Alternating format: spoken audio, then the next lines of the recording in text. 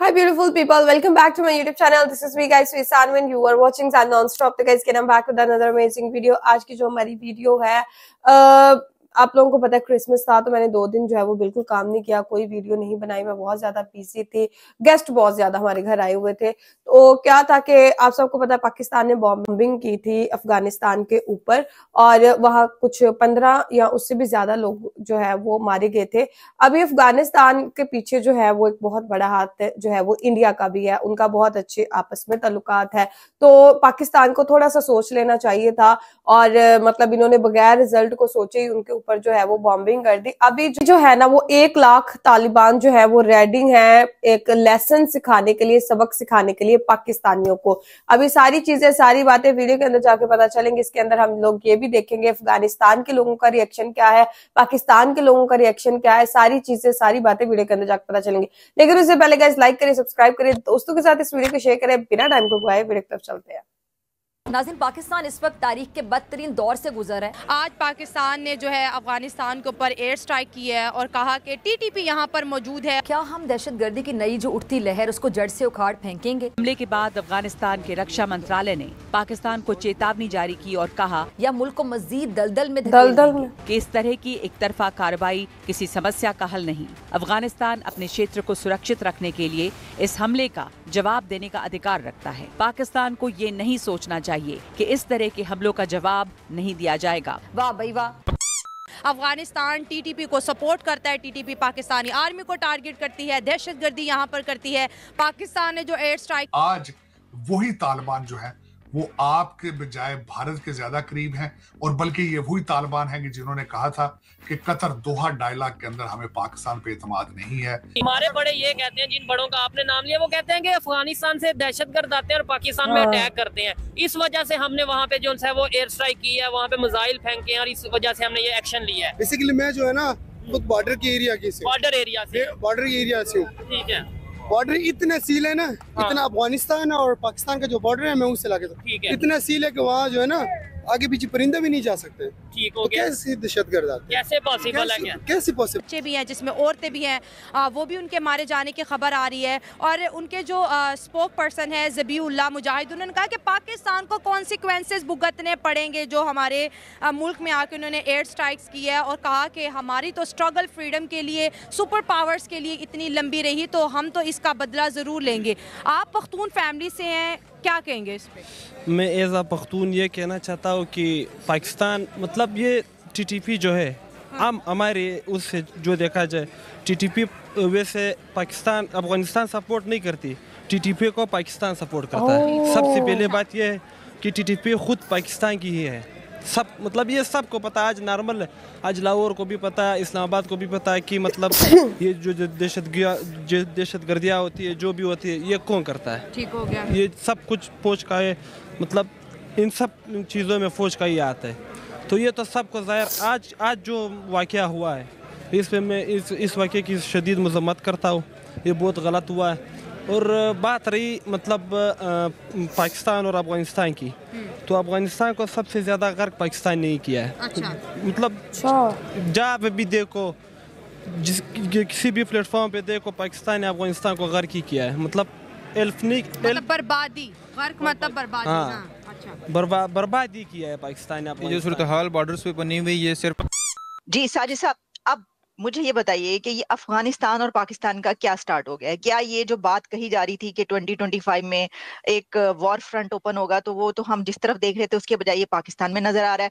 अब हुआ ये है कि ये कहा जा रहा है कि जो पाकिस्तान की तरफ से स्ट्राइक्स की गई हैं अफगानिस्तान पर, तो अफगानिस्तान अब ये रिवेंज लेगा या उसकी तरफ से वो रिटेलिएट करेगा। हो सकता है कि पाकिस्तान पर कोई हमला हो अफगानिस्तान की तरफ से। क्या ऐसा मुमकिन है?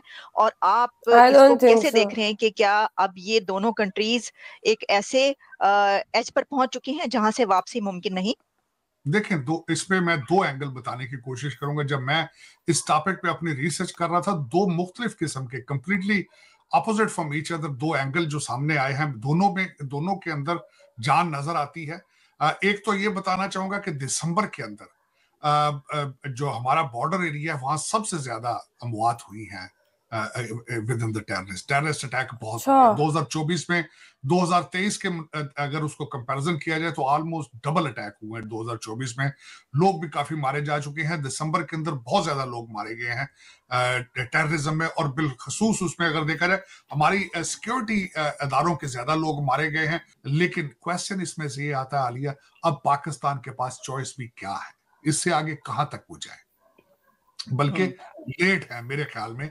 पाकिस्तान को एक सबसे बड़ा प्रॉब्लम यह है कि हमेशा हर चीज में लेट होता है, हर चीज में अनऑर्गेनाइज होता है, हर चीज के अंदर जज्बात को पहले आगे ले जाते हैं। मैं अभी इन्हीं तालिबान के बारे में बताना चाहूंगा।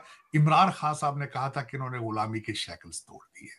फिर हमारे इंटेलिजेंस एजेंसी के भाईजान जाके वहां पे चाय पीना शुरू कर दी उन्होंने। फिर उन्होंने तासर ये देना शुरू कर दिया कि मैं यहाँ पे कैबिनेट बनाने आया हूं।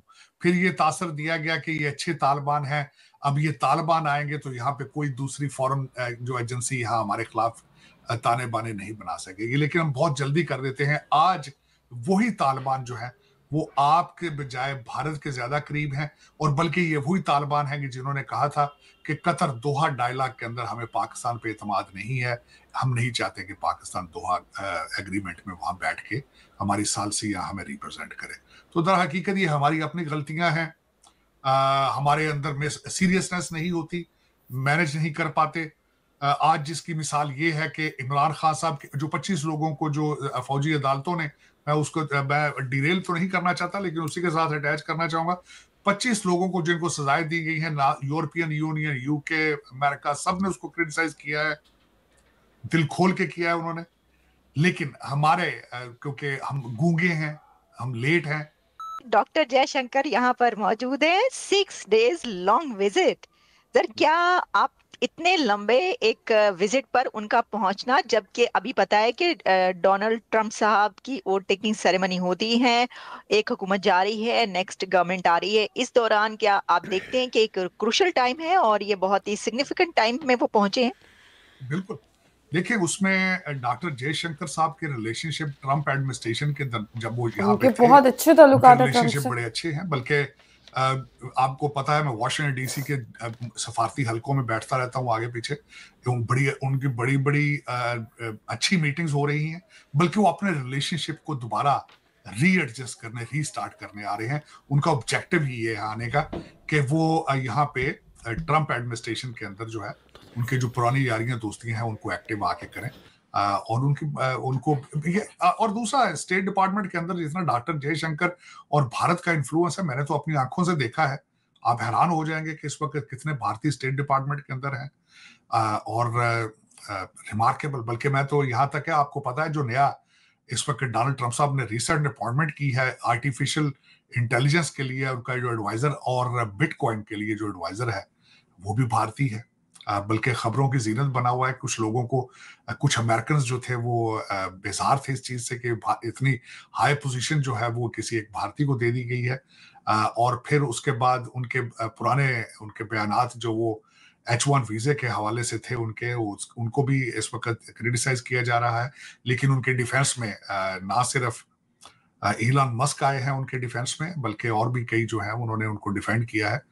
क्योंकि कुछ आपको पता है, खासकर राइट विंग है जो डोनाल्ड ट्रंप साहब के ज्यादा सपोर्टर है, राइट विंग है। तो फिर वो राइट विंग में एक भारतीय को इतनी बड़ी पोजीशन, आर्टिफिशियल इंटेलिजेंस, जिसका आपको पता है कि इस कंट्री का फ्यूचर अब आर्टिफिशियल इंटेलिजेंस पे है, और उसको एक भारतीय निजात बंदा जो है, और मेरे ख्याल में मेरा ख्याल है उनका जो लीगल स्टेटस है उसको भी डिस्कस किया गया। उनके पास ग्रीन कार्ड है मेरा ख्याल है, आई एम नॉट श्योर ही है, क्योंकि सर चेन्नई बॉर्न है ना, वो चेन्नई में पैदा हुआ और वहां पे वो, मतलब ऐसा नहीं है कि उनके फोरफादर्स, नहीं, वो खुद भी वहां से अभी कुछ अरसा पहले जो है उन्होंने, तो ऑब्वियसली उनका तो वहीं के पढ़े हुए हैं वो। और मैं समझता हूँ बड़ी बात है। और आप अंदाजा लगा लें इस वक्त भारत के इन्फ्लुएंस का अमेरिका के अंदर, कि आर्टिफिशियल के ऊपर आर्टिफिशियल इंटेलिजेंस एक नई डायरेक्शन देगा इस कंट्री को, ना सिर्फ डिफेंस में, मैन्युफैक्चरिंग में, बल्कि यहाँ तक है कि फेडरल गवर्नमेंट की जो परफॉर्मेंस है उसको एनहांस करना है।